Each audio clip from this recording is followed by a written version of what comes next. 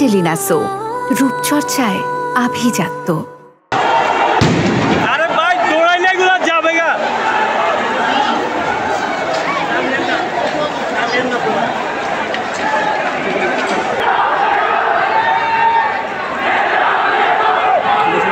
শিক্ষার্থীরা অবস্থান করছেন এবং ওই পাশে আপনারা দেখতে পাচ্ছেন এখানে ছাত্রলীগের নেতাকর্মীরা অবস্থান করছেন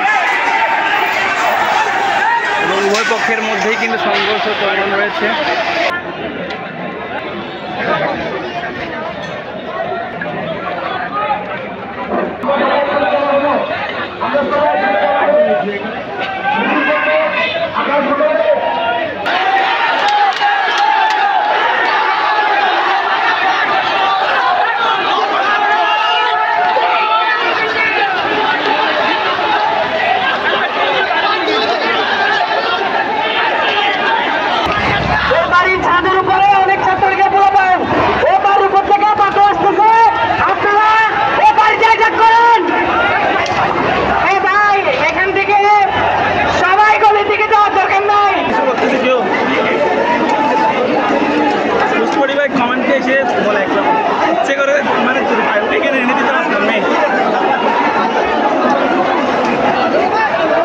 আমি কোটা নিয়ে যুদ্ধ করতে আসি নাই, আমি সাধারণ একজন জনগণ।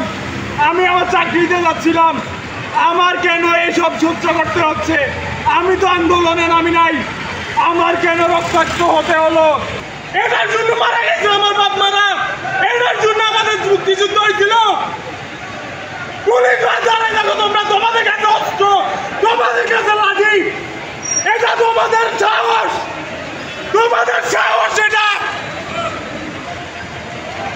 তোমাদেরকে আল্লাহর কাছে জবাব দিতে হবে। এখানে দাঁড়ায় আছো তোমরা, তোমাদের সবাইকে আল্লাহর কাছে জবাব দিতে হবে। এটা আমার দেশ, এটা হচ্ছে আমার দেশ।